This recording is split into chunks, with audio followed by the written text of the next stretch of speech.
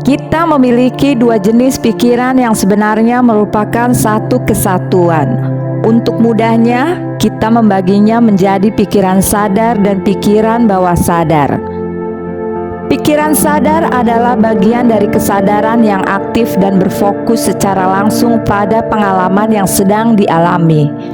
Ini adalah pikiran yang kita gunakan untuk berpikir secara logis, membuat keputusan, dan berkomunikasi secara sadar dengan lingkungan sekitar. Sedangkan pikiran bawah sadar di sisi lain mengacu pada lapisan kesadaran yang lebih dalam dan tidak langsung terjangkau oleh kesadaran kita saat ini. Pikiran bawah sadar mengendalikan proses-proses seperti ingatan jangka panjang, emosi yang tidak disadari, dan kecenderungan atau kebiasaan yang terbentuk dari pengalaman masa lalu.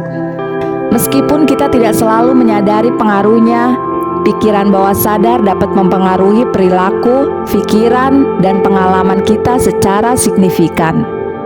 Kedua pikiran ini saling berkomunikasi dan bekerja dalam waktu bersamaan secara paralel.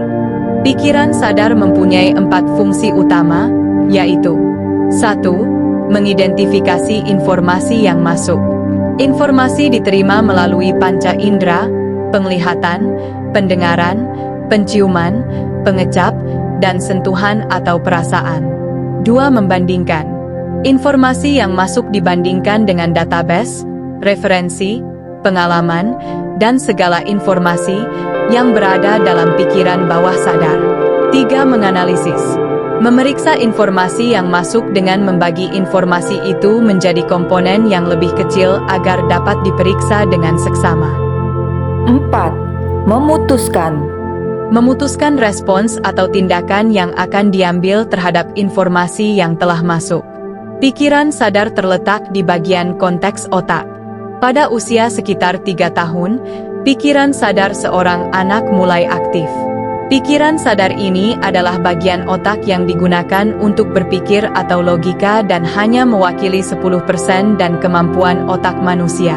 Saat pikiran sadar terbentuk dan berkembang, kita menciptakan suatu pintu pembatas antara pikiran sadar dan bawah sadar. Pintu gerbang ini dapat terbuka bila pikiran sadar dibuat sibuk, fokus memperhatikan sesuatu, larut dalam suatu cerita, asik nonton TV atau film, atau dengan menggunakan hipnosis. Sedangkan pikiran bawah sadar mempunyai fungsi menyimpan hal-hal berikut. 1. Kebiasaan baik, buruk, dan refleks. Kebiasaan baik adalah kebiasaan yang positif dan produktif. Kebiasaan buruk adalah kebiasaan negatif dan destruktif, seperti merokok, makan berlebihan, dan lain-lain. Kebiasaan refleks misalnya secara otomatis menutup pintu setelah membukanya, menutup mulut saat batuk atau bersin. 2. Emosi. Bagaimana perasaan kita mengenai suatu keadaan, hal-hal tertentu, dan terhadap orang lain. 3. Memori jangka panjang.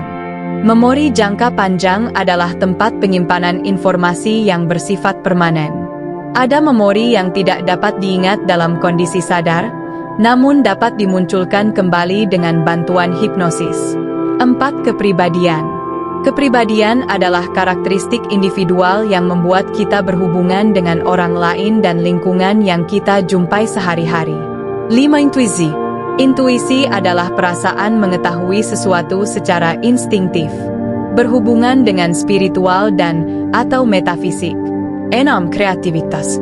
Kreativitas adalah kemampuan kita untuk mengubah visi, pemikiran, dan impian menjadi kenyataan. 7. Persepsi. Persepsi adalah bagaimana kita melihat dunia menurut kacamata kita. Dalam belief dan value. Belief atau kepercayaan adalah segala sesuatu yang kita yakin sebagai hal yang benar. Sedangkan value atau nilai adalah segala sesuatu yang kita pandang sebagai hal yang penting. Pikiran sadar dan bawah sadar berkomunikasi satu dengan yang lain dengan atau tanpa kita sadari.